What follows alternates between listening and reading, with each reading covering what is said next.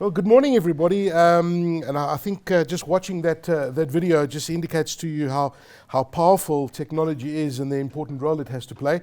My name is Aki Anastasiou. It's great to see everybody in person. I think for some people here, I haven't seen you in person in 2 years. So it's wonderful to do this in-person event and have this very, very important discussion. And the panel this morning is we're going to unpack what we just saw and look at the prospective value that this is going to bring to the organizations that we're going to be discussing today. So without any further ado, let me introduce to you the panel this morning. On the far right, the star of the video, well, one of the stars of the video. Paul, you look very good on video, I must say. Eh? He's a natural, don't you guys agree? A natural, him and Ziaad. Yeah. Well, there you go. That's Paul Spagnoletti, who is the Business Unit Executive for Cloud and Security South Africa at iOCO. Next to Paul is, from Teraco, is Michele McCann, who's given me numerous tours of the Teraco facilities in the past, and I still talk to people about how impressive Teraco is and the data centers that you've got. Now, Michele is the head of interconnection and peering at Teraco Data Environments. The other star of the video is sitting next to Michele is none other than Sumeeth Singh, who is the head for Cloud Provider Business Sub-Saharan Africa at VMware. And to my left is Ziaad Suleman, who is the Chief Commercial Officer at EOH. So fantastic, guys. I mean, this is a big day. Why is this so important to EOH?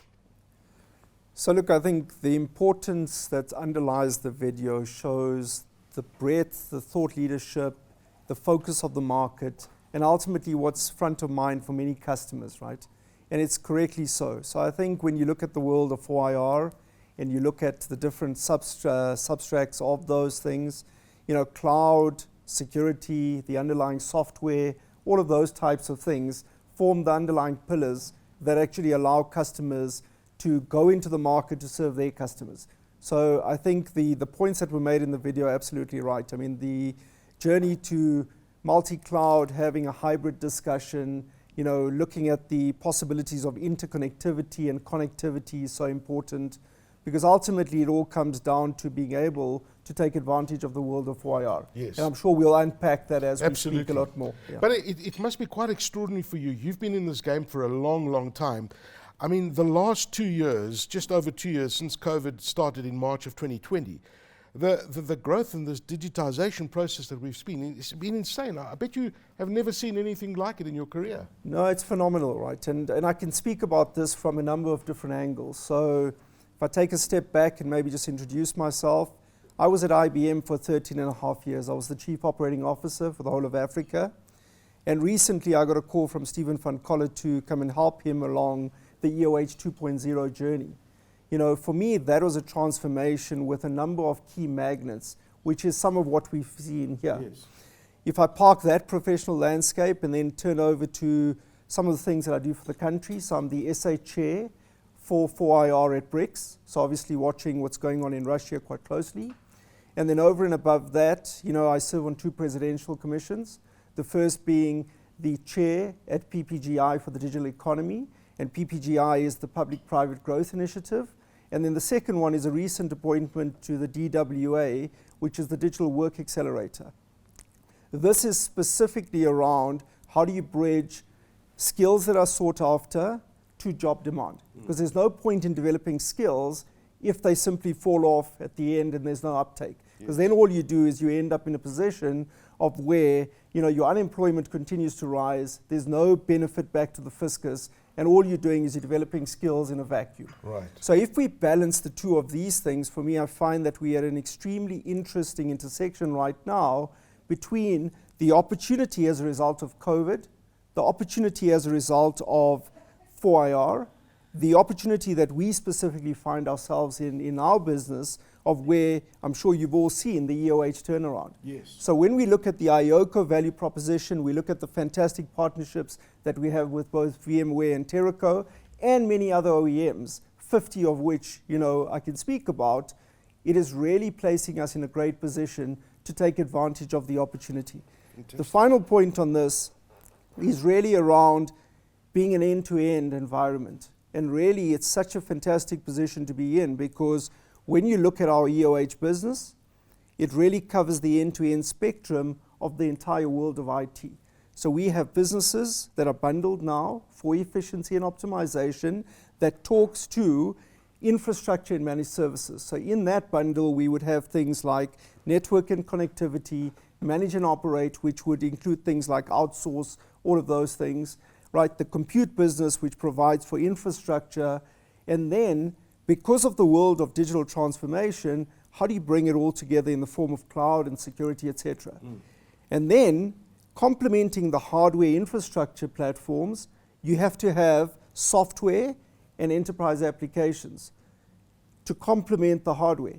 And in the software stack, we have over 50 OEMs that we represent with skills, the biggest of whom are in the market. And then together with the enterprise applications in the form of, for example, Oracle, SAP, and others. Yes. Then, if you transform towards a digital transformation discussion, we have the layer around digital, which then talks to data and AI, cloud, security, automation, the entire play around testing, including the things of how do you think about the world of convergence between IT and OT? Yes. Overlaying the entire structure, we lead with advisory and consulting, because if you don't have a blueprint of where you want to go, you can't get there, underpinned by security.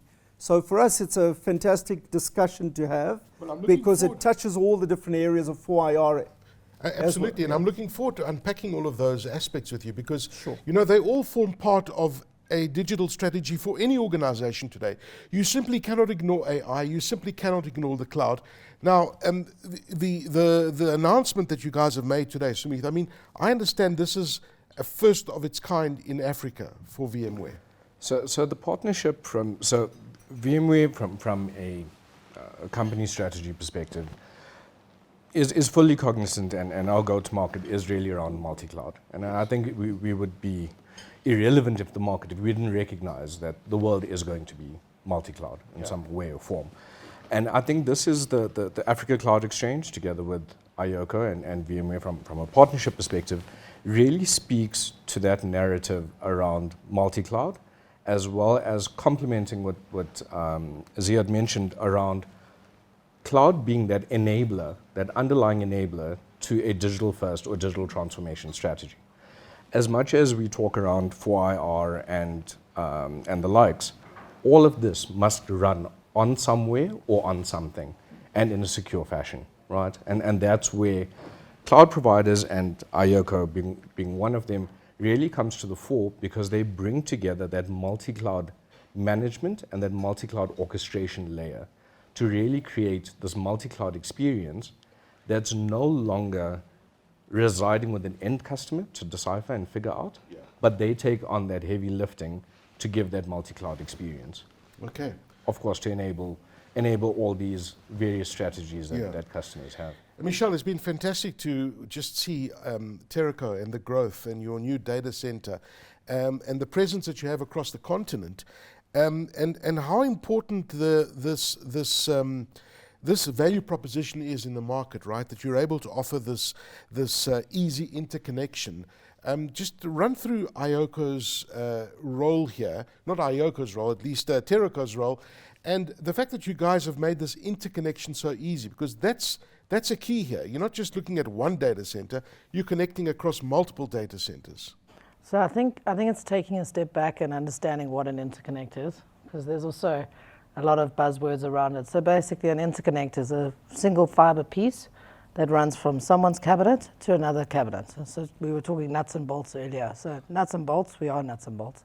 So effectively it's that single fiber cable that doesn't have to transverse anyone's other network or pay per megabits or have high bandwidth fees, can be installed quickly within like 72 hours. And I think that is really important in understanding, because it's like I always say, it's kind of Teraco, we the road, and iOCO and VMware are all the cars on top of that. So if that road is not established properly and there's a huge amount of potholes, if you had to look at it, your cloud's not going to work. And now cloud has become such a fundamental part of that enterprise business. So if you're sitting far away from it, it's going to become costly, you're going to have latency issues, you're going to have security issues, you're now going to have a huge amount of complication in your IT network that you never had before, because it used to sit in your cupboard in your office, you know. Now it's sitting somewhere out there. How do I get to it?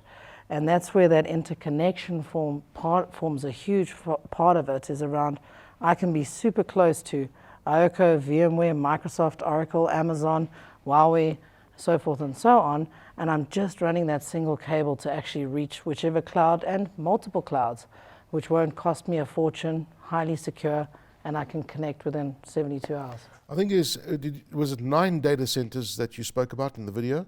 Is it 9 altogether? Hey? 7, okay. And I'm sure there's many planned to come online as well. Pardon? Oh, you're losing count. All right.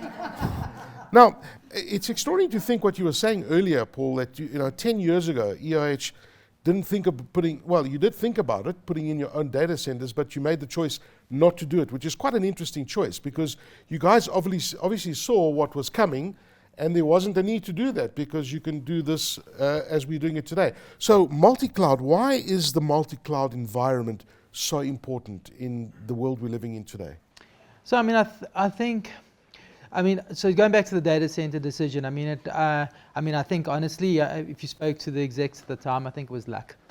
It was a decision when all our competitors were building data centers, and I think thank goodness we didn't, because now our competitors are spending fortunes where they don't need to, right? They're not specialists in that space. It's serving a purpose, and having a partner like Teraco who are specialists in that space, and continually are investing in building that out. I mean, as I said, like they're losing count of them, right? Like, so, that's just not our game. And to service our customers, to have the kind of capital investment you would need to keep that up would just be it would be crippling, right?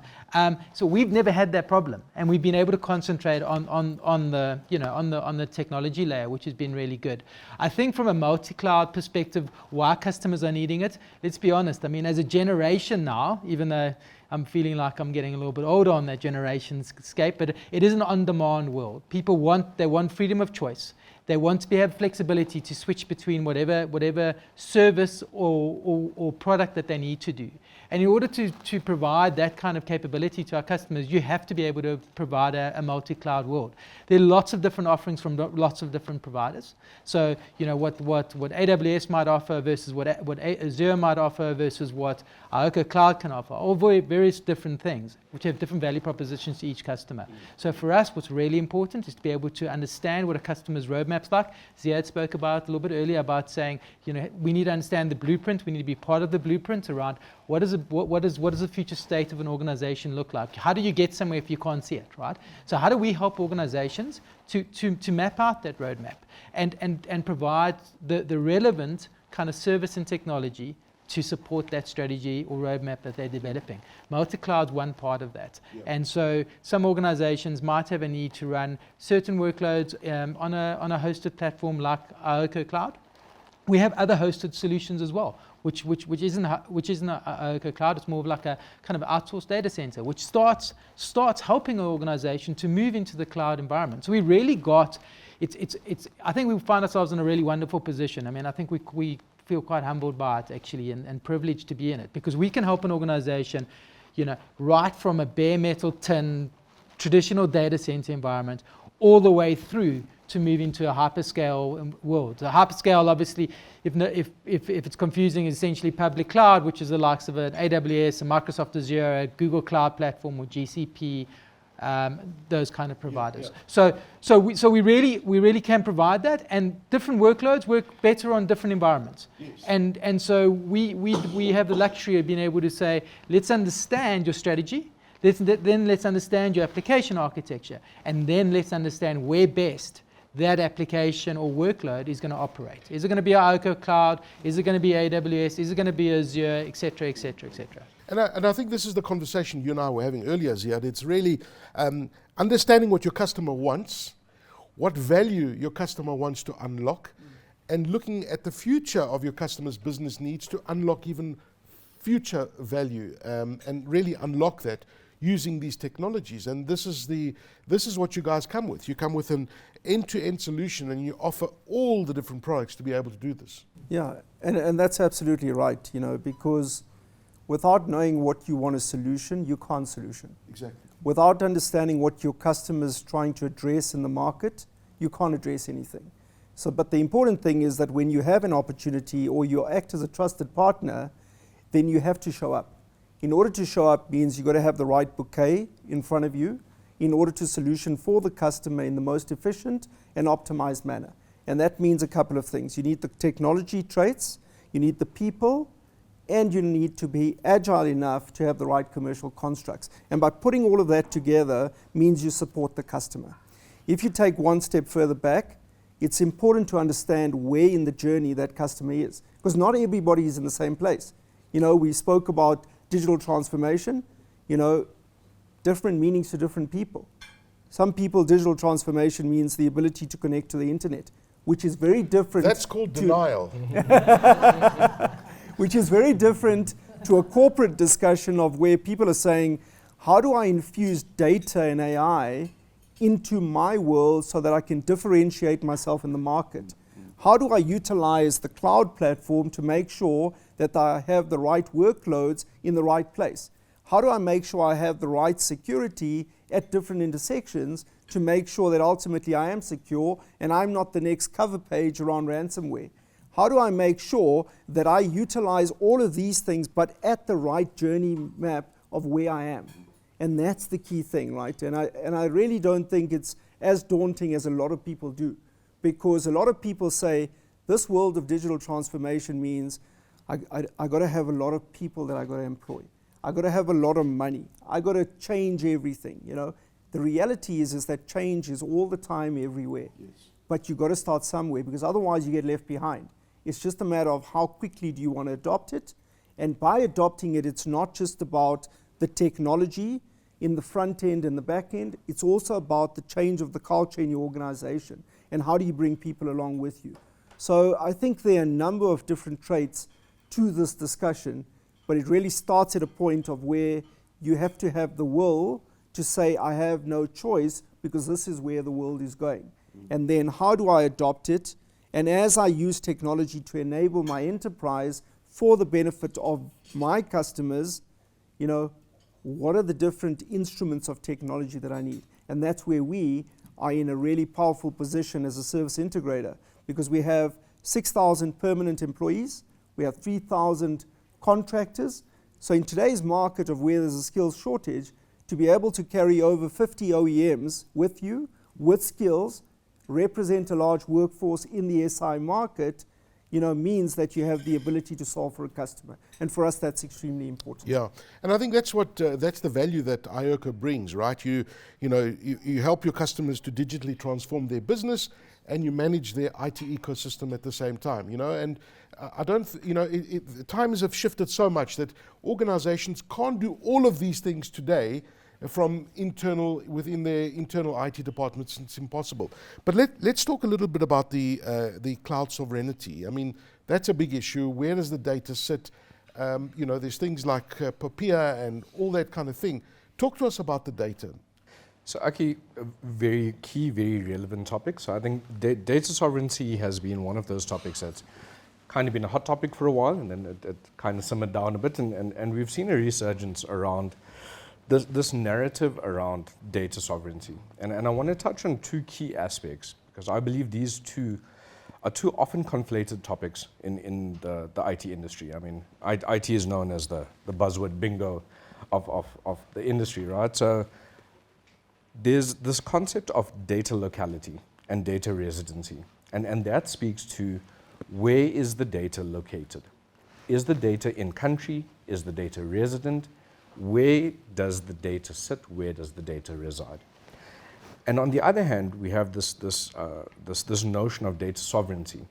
And data sovereignty refers to the jurisdictional control and privacy and regulatory compliance and laws that governs data.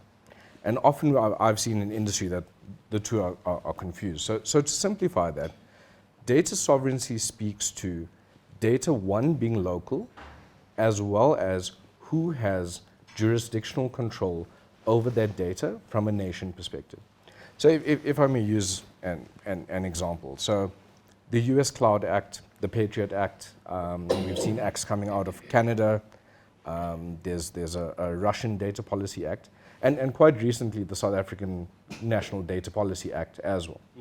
And that really governs nations wanting to harness their own data and wanting that data to become the oil, as we commonly refer to it. And the way that that's achieved is by localized cloud sovereign providers. So we have a partner ecosystem where cloud providers built on the VMware stack speak to that data sovereignty requirement because it's built in country, it's locally supported, and it's sovereign in nature because there's no jurisdictional control outside of that host nation in terms of the data. It's an iOCO cloud powered by VMware as a technology. Okay. It's not a VMware cloud. Okay. Right? Okay. Fundamental difference, again, with the hyperscalers. So for instance, some of the hyperscale clouds still fall under jurisdictional control of the US. Even though they're in country, the Patriot Act and US Cloud Act still presides over public clouds that sit in South Africa.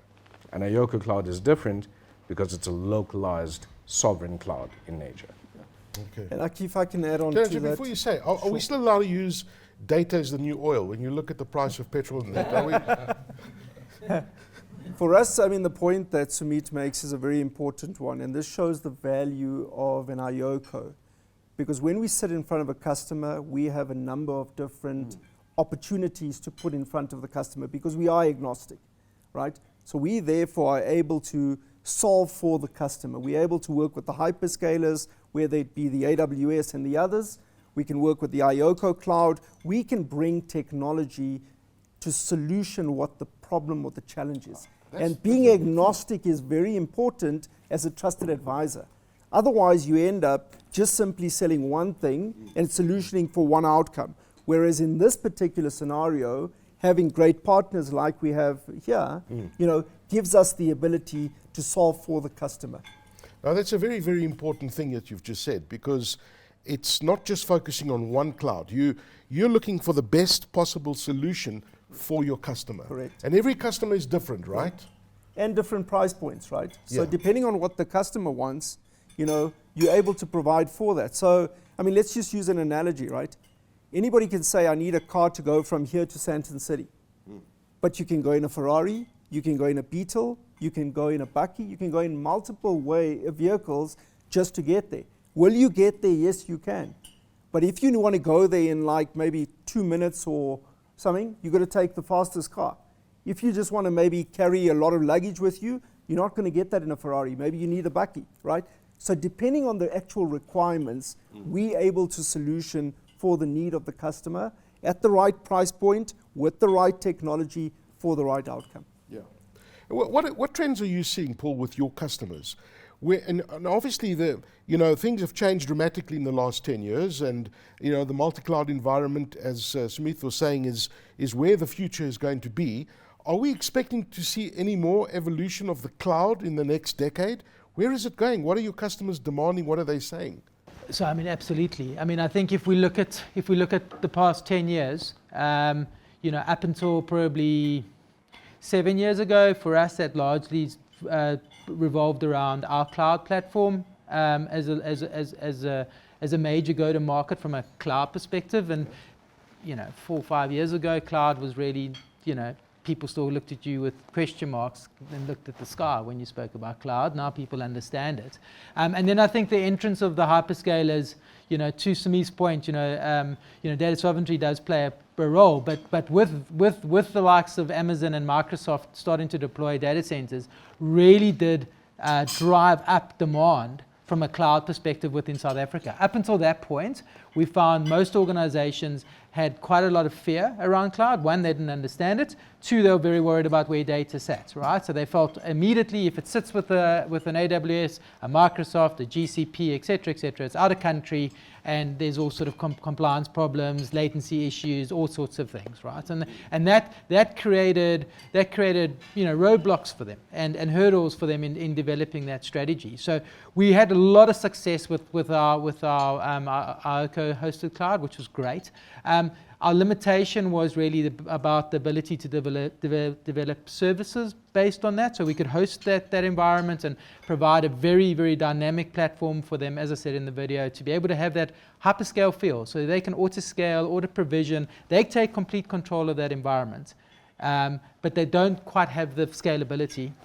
Not quite, the scalability of Amazon, and they don't have the services. What we're seeing in the market, where we're seeing change or growth, is that the likes of an iOCO cloud platform is going nowhere. That is still going to grow and grow and grow. And if when I do my budgets, I'm still seeing great growth, and that's still a massive part of our business. But we are seeing the growth being driven a lot by the hyperscalers. A lot more organizations, particularly in the enterprise space, going towards that.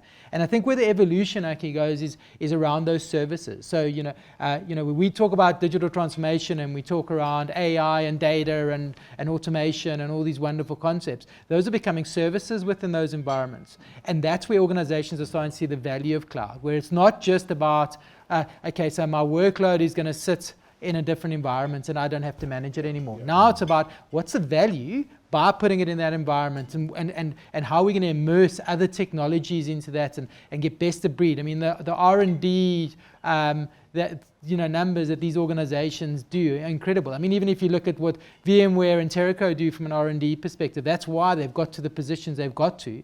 Not only in South Africa, but globally from a VMware perspective, and certainly locally from a continent perspective at Teraco. It's massive R&D. We allow to be able to leverage that R&D that they're putting in it. And I think organizations are going to be looking more and more to the cloud providers to drive out that innovation that they need, as opposed to developing it themselves. So I think if we look back in time, probably, again, over the last 10 years or so, a lot of organizations have invested in skills to develop their own bespoke applications and, that type of thing, run a lot of applications or workloads on premise. That whole shift is moving. So where can we leverage the big cloud players, whether it's localized or whether it's public?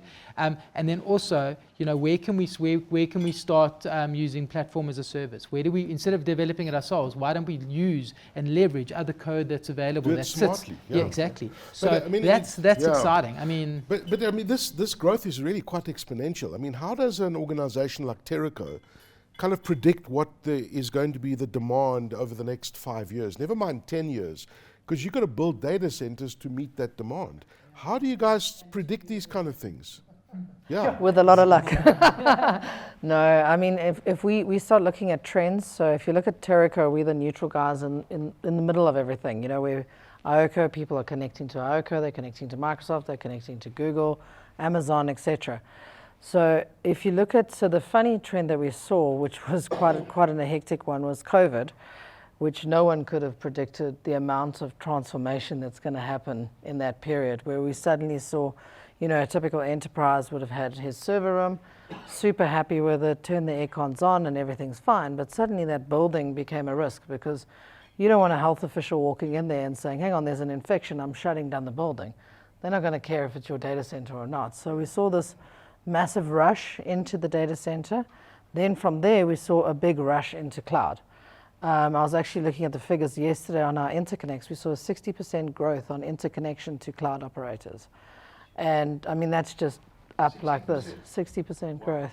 On our peering exchange over COVID, we saw double-figured growth on just people being able to peer and be able to reach different cloud applications and content. So that was the curveball we didn't expect. But obviously looking at things stabilizing, that growth is actually still continuously going up at high figures. It's sitting at about 40%. 40% growth year on year? On the actual interconnection side of the business. So side. Interconnection to cloud operators. So what that tells us is that cloud is real. People want to connect to cloud. They want to utilize cloud. and they want to be able to connect to multi-clouds. And you know, Okay, just a point on the stats. So I was fortunate to do a presentation a few weeks back, and some of the stats that I quoted were from Flexera, who many people will know as a global consulting organization. And if they looked at traditional IT services from 2020 to 2020 to 2025, right? So what has transpired and what's to come? And they looked at all the services. There were only about 3 or 4 IT services that had growth. Software development was sitting at about 2.1% over the 5 years. Okay, so collectively over the 5 years. But cloud was sitting at 35.8. Out of the 10 services they listed, there were 3 that were positive.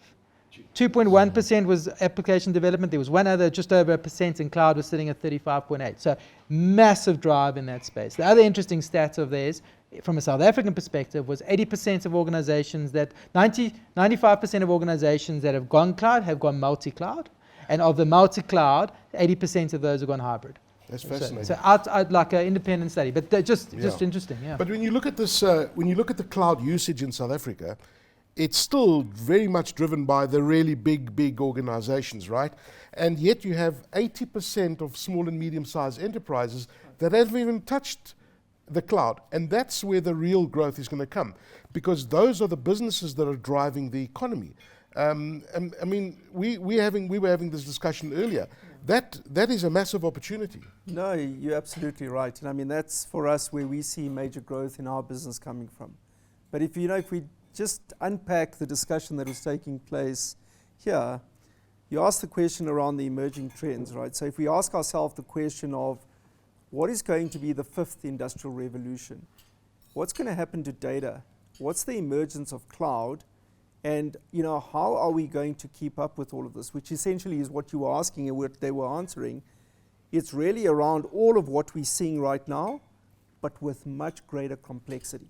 So if you think about data, your variety of your data going to be far more complex. So you look at WhatsApp, your emails, the stuff that you get streamed, and your computer, your work emails, your personal emails, your shopping, all of those things, the variety of the data is just going to become far more intense and complex. The volume of the data, we all can't keep up with our emails, let alone our WhatsApps, let alone your community channels, all of that. Think about the volume that you're getting and how much needs to be processed. And then think about the velocity of the data, the speed at which all these things are coming in. Now when you take all of this and bundle it together, in my mind, looking at the 5th industrial revolution, it's going to be about a lot more data with a lot more complexity, with a lot more speed, and then building services on top of it, servicing customers through the cloud, getting the right decisions from a business perspective around what needs to be in the cloud and what needs to be on-prem, what's your workloads, how to get your costing right, getting the right mix of all of those things. So park that on the side.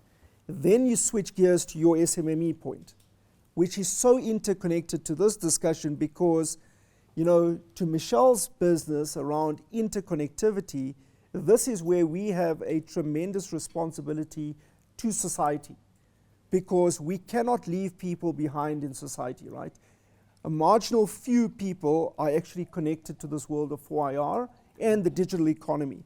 The majority of the country, in fact, the majority of the world, I should say, are left behind because they don't have the right connectivity to participate in the realm of what we're discussing, let alone e-commerce, let alone platforms, let alone all of those things.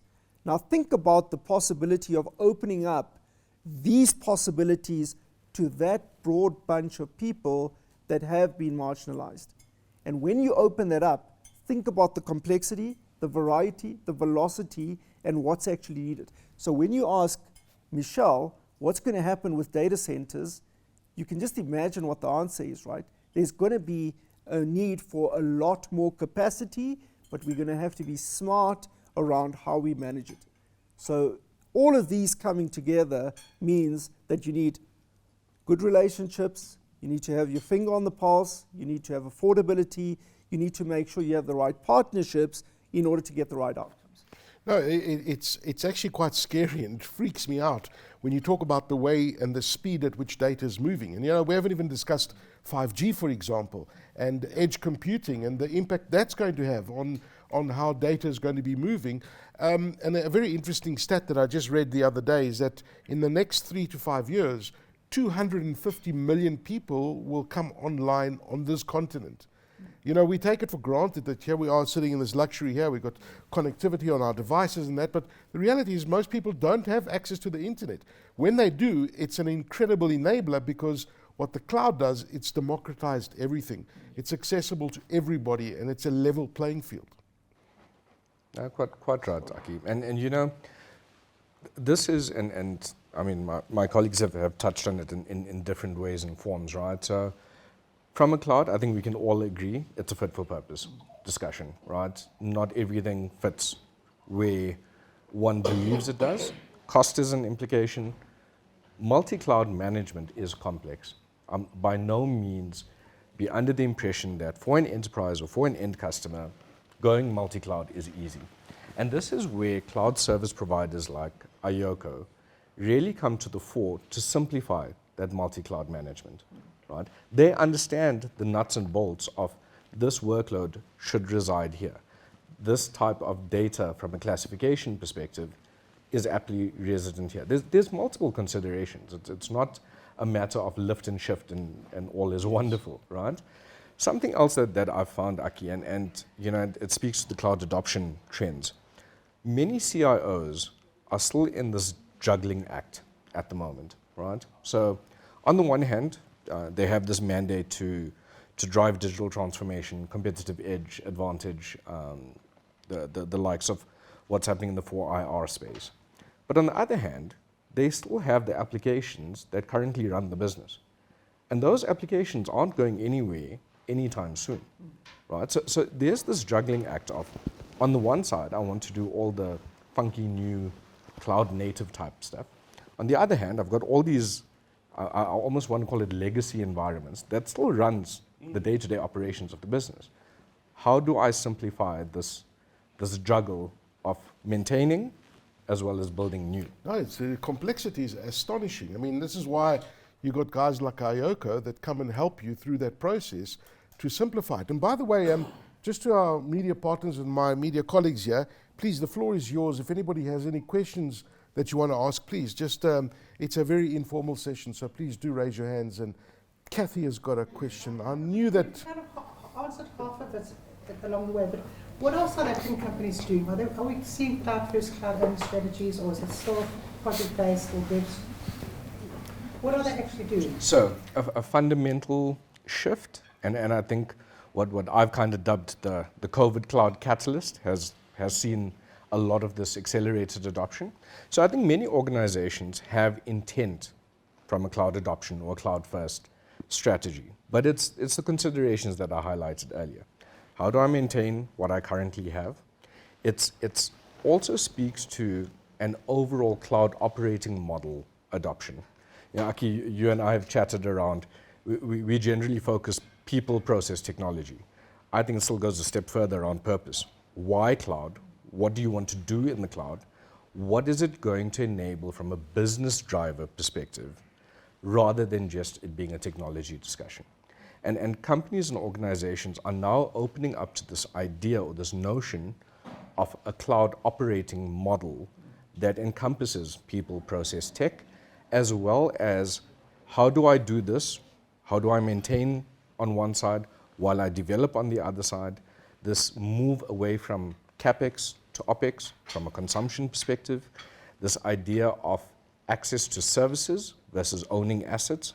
So I think a lot of it plays around financial modeling, operating modeling, and not just around technology as an adoption. I hope Does that correlate with what you guys are seeing at iOCO, Paul and Ziaad, and then Michelle? Yeah, so definitely on our side, we're seeing the hybrid cloud come in.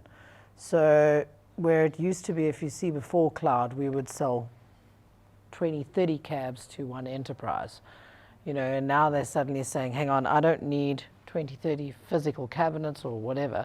I need maybe 5, and I'm going to run 4 interconnects, one to an iOCO, one to a Microsoft, one to an Amazon, one to whatever.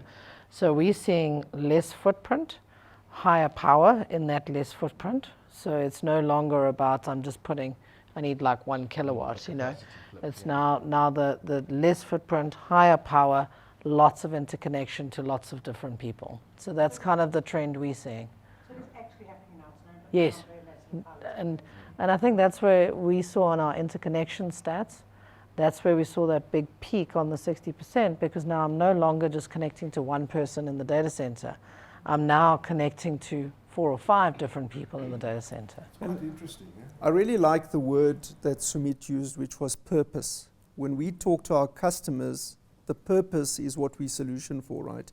And we've seen customers that have told us everything's going to the cloud, right? Because that's their strategy. And we've seen others that said we want a hybrid because we understand the cost efficiencies of having a balanced portfolio between on-prem and off-prem. And we've seen others that are stuck with legacy infrastructure that are saying, this is really going to cost me a lot more money. Am I ready for that journey, or what do I need to do? So, you know, I think every single customer has a different story, has different limitations, and has different aspirations. But the trends in the market are certainly more towards cloud, looking to take advantage of the scale, upscale and downscale as needed. But at the same time, in doing that, I like what Michele says, is the capacity, right? So when we look at the world of the 5th industrial revolution, quantum computing, processing power, all of those things supports this complexity that we spoke about. And that ultimately is what is going to enable where you actually go. But yeah, I think, Kathy, so I think in a nutshell, I think we're seeing that virtually every organization is talking about cloud. Yes. They're in a different space. As Ziaad said, some organizations are going all in. I think if we had to segment the market into kind of startup, small business, SME, and then enterprise, we see in the startup, small business really adopting cloud ready, cloud native, go, building right from the get-go, using SaaS-based products, using cloud platforms, whether it's iOCO, whether it's hyperscale. Kind of the born in the cloud. Yeah, kind of born in the cloud, jumping at it. We see in the enterprise space, interesting enough, also being quite aggressive around cloud. And again, various different degrees, right? Some have made big, bold statements that we're going all in and with one provider, others going all in, multi-cloud, and others going, well, let's understand the workloads, and then many others sort of going, oh, I really want to move this, but it looks difficult. And so but the conversation's still there. So it's becoming, how do we do it? Not, I don't want to do it. Like, how do we do it? Like, let's take a bit longer. And then the SME market's the interesting one. So there is so much opportunity, and there's a big propensity to move, but you have a different scenario there. You know, the born in the cloud guys, they have nothing. They're just leveraging everything. The enterprise guys, bigger, deeper pockets, can spend money, willing to test and try things. SME, they've got the legacy investment. They don't have hundreds or thousands of people sitting in an IT team that they're going to convert to cloud, because that's so easy. Very difficult to do. I'm very sarcastic. What's interesting about what Paul is saying is that, especially the larger corporate companies, that what we're seeing is that they're using this journey to the cloud to become better. And that's very important. So the discussions with them around app modernization, simplicity, connecting using data and AI to their user base and their customer interfaces, using it as communication modules, all of that is happening, right? So they're not just saying, how do I lift and shift my data, whether it's structured or unstructured? They're saying, how do I get the value out of this transition, which is the right discussion. You said get better. Yeah. Is there a difference between get better and a competitive advantage? I think so. I think so, yes. Yeah. And I'll tell you why. Is because your competitive advantage means that you're doing something better as a differentiator to your customer base and to the market. Getting better may well mean that you incrementally improve your current position, whether you are weak, good, or very good, right? It's just, yeah. And I think getting better is also about people, right? Yeah, so exactly. Organizations have a responsibility to their people to make sure they don't get stuck, right? Like there was an industry I was involved in many years ago, and guys got really focused around a particular area. They did really well. They made a lot of money. That OEM upgraded and those guys were all left behind because they never stuck with it. Life was easy. It became complacent. You know that, and so organizations got a responsibility to help their people also develop and grow. And cloud is one of those things. We got 2 questions on this side. Hello. So interesting, but I think the first thing I wanted to ask you, if the majority of certainly the African population isn't connected yet, we're not getting an influx of their data, the data that they would be putting in if they were connected. Are we ready for that? Are we ready for the democratization of the country and of more people to be generating even more data? And what does that do to data centers in regards to the environment? Where do we put, where do we cater for all that untapped capacity?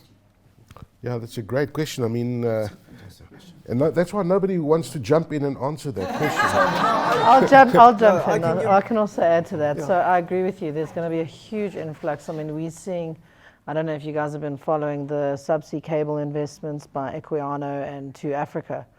And I mean, the amount of investment and space that they are doing, and when those cables go live, the data's coming. And is everybody ready? I think from our perspective, we get to see it because, we speak to Equiano, we speak to Africa, we speak to these guys, so we get a little bit of a head start. And it's kind of like you put as much as you can in NDA as warning signs, guys, it's coming, But yes, I think there's going to be a huge influx of data. I think the challenge around the data is getting to that end user and how is that end user going to be serviced. Because, if you think about the COVID times, you and me, we all went home and we turned on our fiber connection and we went, this is nice, I can work remotely. But that's for a very small part, like you were talking about, there's, a marginal, small amount of people.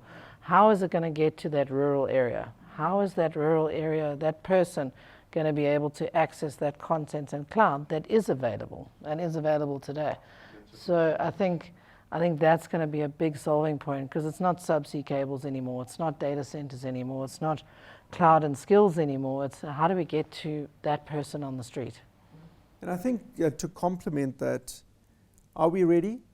We will be ready. And I'll tell you why. It's because the market is driven by demand. If the demand ramps up, people make investments because they see the opportunity. Right now, when you're running a business enterprise, you cater for what the market requires. But are we in a position to scale overnight? In terms of technology and ability, yes. In terms of people, it takes a little bit longer. So I think you need a balanced approach in how you address the market and how we come out on the other side. But certainly, the market is not like a tap, right? So it's not like you just switch it on and then all of a sudden the water starts gushing. It incrementally opens up. So you turn on the tap slowly and the water starts feeding out. And the more you open the tap, the more water that comes out, right? So as we have that opportunity to grow with the market, will we be ready? Absolutely. Do we have enough levers, not only as iOCO, EOH, and our partners? Yes is the answer. South Africa, certainly yes as well. And I do think that the networks, for example, the likes of Vodacom, MTN, the Vumatels of the world. I mean, I was interviewing the CEO of Vumatel the other day. They were talking about exactly this issue, the capacity. How do we get fiber into those areas that aren't being serviced? And they've got to find new and innovative methods to bring it, take it overhead. Digging is expensive. So find different solutions, but get fiber. And fiber is the key to all of this, right? In fact, it's interesting that you mention that because in some of our BRICS discussions, Brazil have been able to take connectivity into the Amazon forest. Now, if that is possible, our rural areas are possible. The technology exists. It all comes down to the commercial aspects of being able to get it there and to get the uptake from the other side in order to then roll out, right? But it's a fascinating discussion. Can we now get them to stop chopping the forest down? I think so. Well, that's what digitization is going to drive, right? And that's exciting. But I mean, I think that's what the exciting thing about working in an economy like ours is, right? Because we have this concept at iOCO around the 1-speed and the 2-speed world. And how do we service both, right? So like traditional infrastructure being kind of 1-speed, digitization being the 2-speed world. And that is our reality. I mean, I work with a financial services organization that does primarily loans and a whole bunch of other things. And they are still building bricks and mortar stores for customers to go into because they do not have the connectivity. And even if they do, like it's a mind shift that they haven't adopted yet, to actually go on their phone and do a KYC via face recognition and like stuff that we just randomly do now is like second nature. It's a different world. So how do we manage both those worlds? Now for them, as a customer, as an example, they are straddling the one speed and 2-speed world continuously, because half their market, well, probably 2/3 of their market, still needs to walk into a store and speak to a consultant.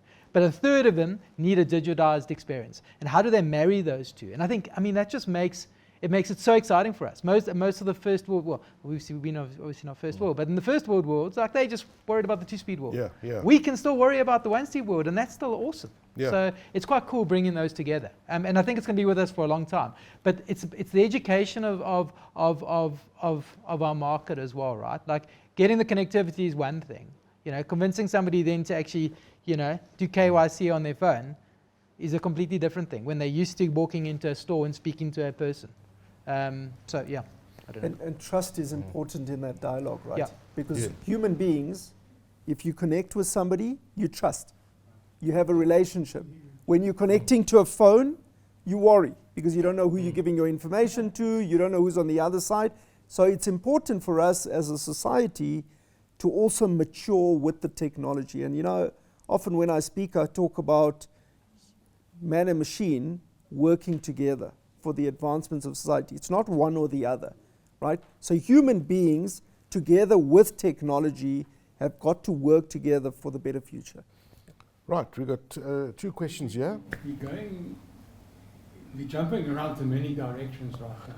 Well, this is a multi-cloud environment. This is a complexity. The only problem is you're not connected to the multi-cloud here, so therefore it doesn't quite... I can't multitask, so... Are you admitting? Come on. I think somebody that... If anybody can multitask, it must be IT. No, thanks, Hans.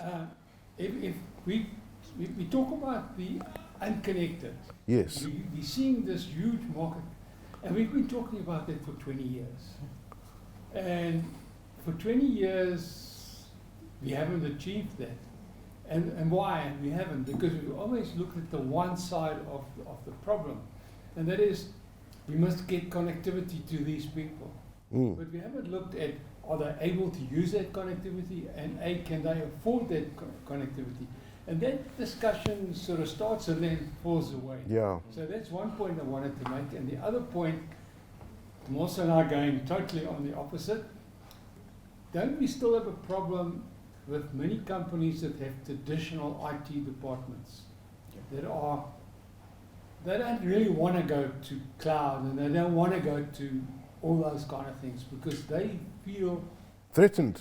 They're threatened. Yeah, no, absolutely. Their jobs threatened. No, those are 2 great questions. Because some people I talk to say, yeah, we're doing a lot of business, we're signing up a lot of new people in cloud, but we always come across this problem that the IT department sometimes gets just shoved aside. Yeah. And somebody in marketing Yeah. decides to go. No, that's such an interesting one. You know, when you look at technology, the biggest hurdle to adoption is people, you know?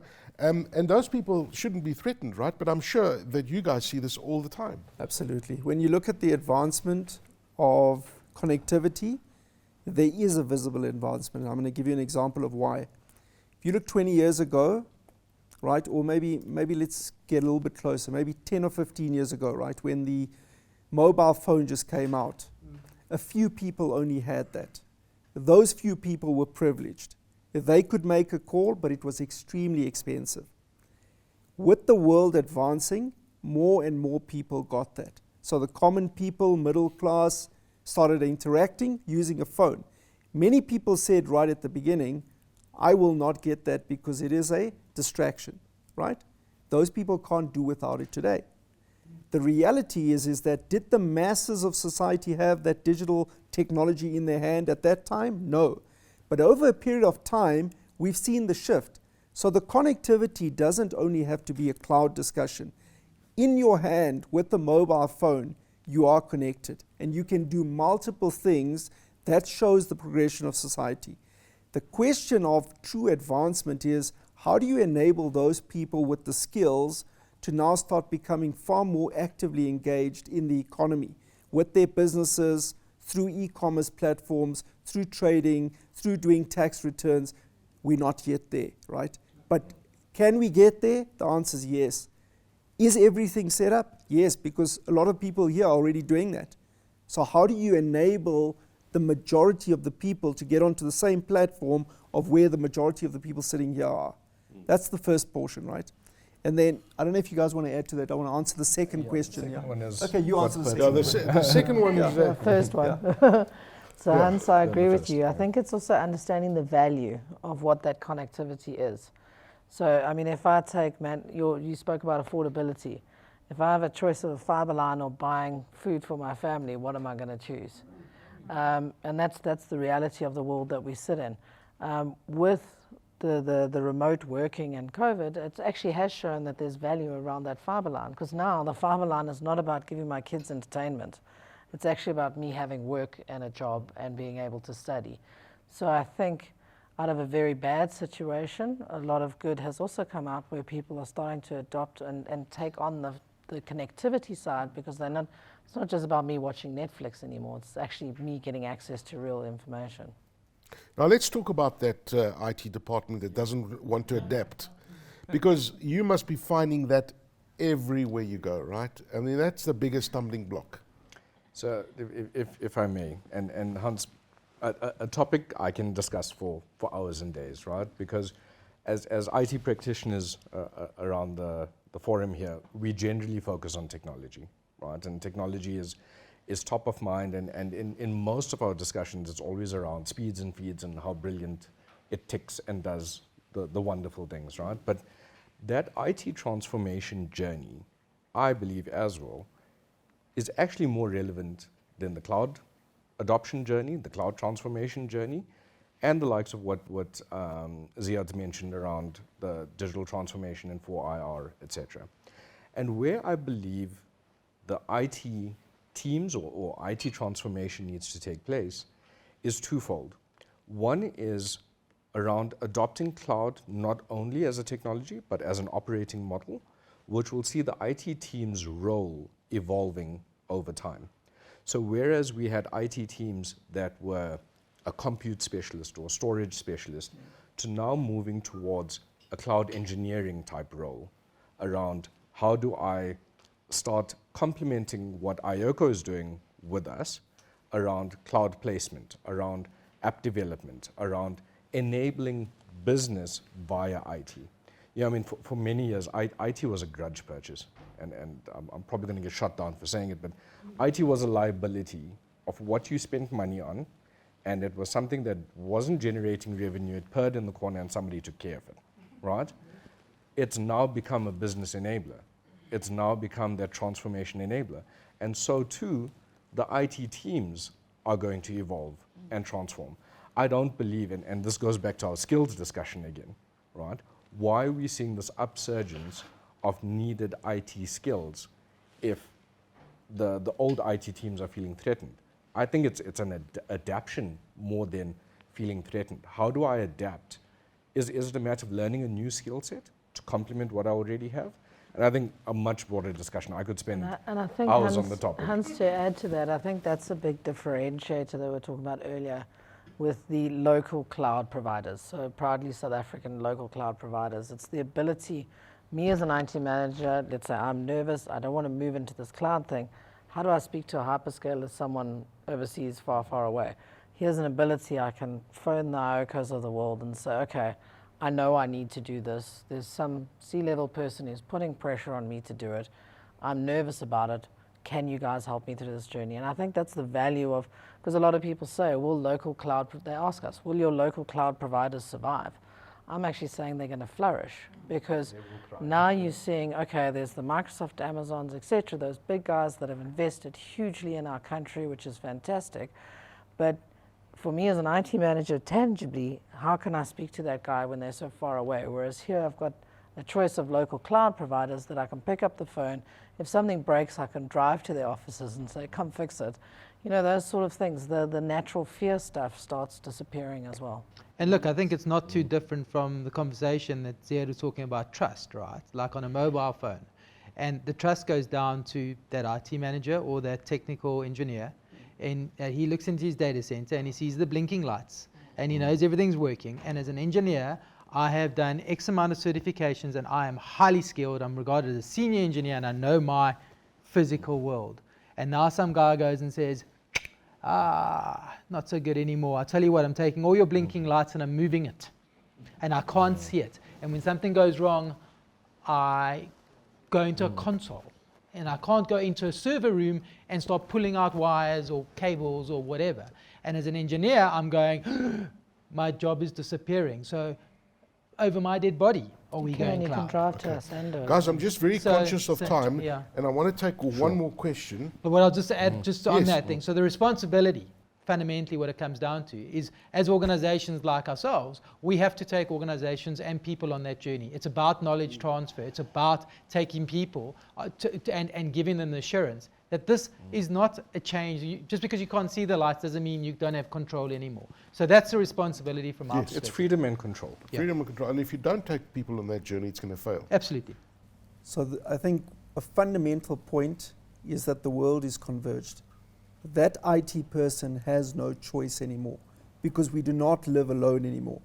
The world is so converged that we are all interdependent, whether in technology or for business or for otherwise. So even that IT department that needs something, he's getting pressure from his business. Believe me, I sit with CFOs, I sit with CMOs, I sit with CIOs every day, right? And the business are driving them to change. So whether they like it or not, it's a fundamental of business. And because it's converged, they have to make sure that they interact with who the technology providers are. Who has the skills? How do I get my job done to make my business flourish? And all of those things in a converged world means that they can't sit in the corner any longer. And in many cases, those people in the IT department are actually holding the business back to achieve what they really can achieve, you know. So one final question. Quick one. I'm talking in terms of the data migration. Post any organization has invested in a cloud platform like let's say iOCO. And similarly, their legacy database is in Oracle, which is also supplier of cloud services, which they haven't bought. They have invested in, let's say, Amazon Web Services. When you are going to come to the data migration part, they will say that you are on standard edition and not on enterprise edition. Then whose problem is it becomes that to invest more money into the standard and the enterprise to transfer the data from one platform to another? So how does iOCO help here? And then who is the Data migration, eh? You ask the most difficult question at the end, as we're about to have Sorry, we've run out of time. We've run out of time, unfortunately. No, but listen, the data migration is a big issue, eh? It's a big. How do you guys deal with that data migration? So, I mean, that's probably one of the most exciting aspects, right? Like, how do we help organizations to transform from a data migration perspective? To your point, there are various different licensing agreements that they've got, enterprise versus standard. How do you migrate enterprise into a cloud environment versus standard? And they all have different ramifications on how you do that. Some cost you way more by moving it in, others are really easy. But part of the service or responsibility that we have is to educate customers around how they can shift from those licensing agreements to make it more practical for the environment in going forward, and how do we safeguard the data through that migration and giving them assurance that if they move from an enterprise to a standard edition, that they can do that. Some of it might be moving off a Microsoft SQL or an Oracle database, as an example, into something else. You know, let's not use brands, but that's part of the strategy. And again, it all comes back full circle, right? It's about that roadmap. Like, where do you want to go? How do you want to go? What is it? And we've got I love my marketing guys because they produce beautiful slides as they should. And one of the key slides that I talk to a lot because it resonates with me is really around how do we approach going to cloud. And again, it starts with strategy. Then it talks to applications and workloads. And only then do we start talking about what platform. That platform doesn't necessarily mean cloud. That platform could mean my traditional data center. My data center sitting under my desk, which happens to be a server, or my laptop. You know, it could be that.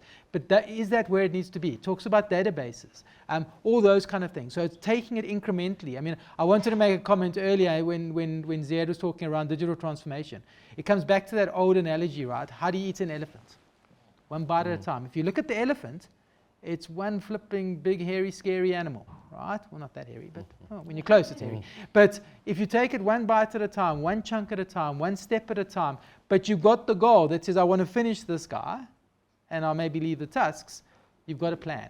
And we can help you get to that plan. But it's taking each component as it is. We've got an organization at the moment, as an example, that wants to move a workload to cloud. Great idea. Reality is it's come down to the point where part of it can't move to cloud because it's running on some Linux-based stuff, right? It can't run on this platform. So the idea was, okay, well, we'll move some of it to cloud and some of it on-premise. We're going, are you mad? Like, that's not a good idea. Like, rather just keep it. Keep it there. Let's help you to keep the lights on. And when those services are available, it wasn't Linux DB2, sorry.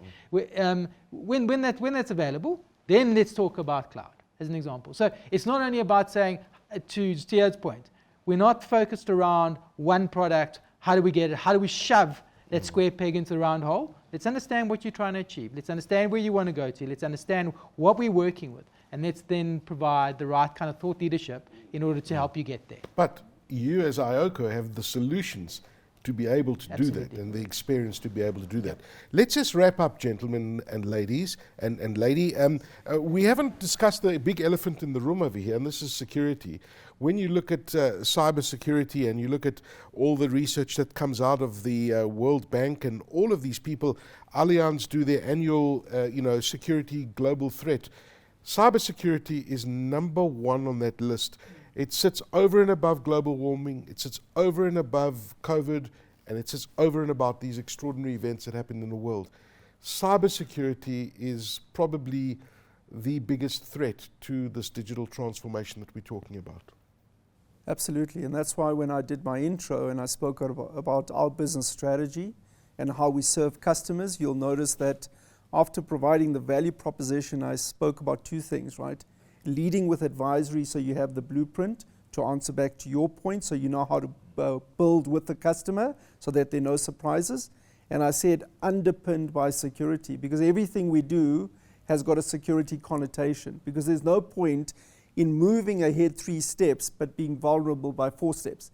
You know, it's interesting, yesterday I was at another discussion, and it was, there's an interesting security trend which is starting to emerge where people are now starting to just simply get into an enterprise and hold the data. So what they do is, instead of tapping into the data and starting to manipulate it, what they do is they just take a footprint of the data and they say, at a time later, when there is enough processing power around quantum, etc., I will then utilize the manipulation of what I want around the data. So they're just simply farming now. Just waiting. They're not even taking advantage of the situation, right?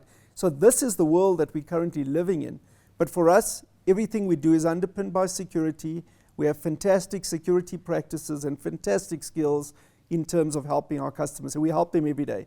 In fact, an interesting story, and I'll not name the customer, but a couple of months ago I sat with a customer and we had a security discussion, and they were umming and ahhing around whether to spend the money to do security, only for them to be hit by a ransomware attack a couple of weeks later. And then, unfortunately, it was quite late. We were able to retrieve some stuff, but security is a discussion pretty much like insurance. It's a grudge purchase, right? People don't want to do it because you don't see the initial value coming back into your business. But it is an absolute necessity. Yeah. You only realize it when you have a problem. But just the last point, because I'm sure the others have additional comments. For me, you cannot see any of these things in isolation. It's about working around a technology strategy and a business strategy. So when you talk about digital transformation, you have to talk about business transformation. And how do you bed the two together in order to get the best outcome for your business and where you want to go? And they cannot exist detached. Okay. They have to be coexisting to drive that outcome. I think on the point of security, though. Yeah. So let's do security and wrap up as well. Yeah. So it's probably one of the biggest questions we get asked around like when going cloud, like security. And I think that again just reinforces how important our partnerships are, right? So in order for us to provide a secure environment for our customers, we need to have partners like Teraco, like VMware, in order to ensure that the workloads that they give us the privilege of hosting for them, that are secure. we're only as secure as our partners are. And so it's really key. But I mean, I can't agree with you more. I mean, I have had to eat my hat. I said the next World War wouldn't have a single shot fired. Putin decided to change that.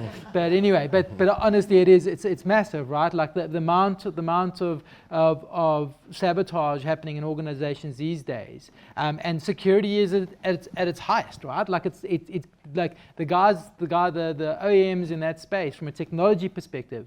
You know, the kind of R&D that they put into those products to evolve them and improve them is just, it's eye-watering. No, it's crazy. Yet the guys are still penetrating. And it's not costing millions, it's costing Billions. billions. Absolutely. That's the scary part. From a Teraco point of view, security obviously is pivotal, right? Well, I mean, it all starts at the physical layer. I mean, you guys, most of you have been to the data center. If you haven't, more than welcome to come for a tour. And I mean, just listening to everyone's discussions and I mean, imagine being that IT guy right now, when you're having to look at cloud strategies, security strategies, how do I physically secure this?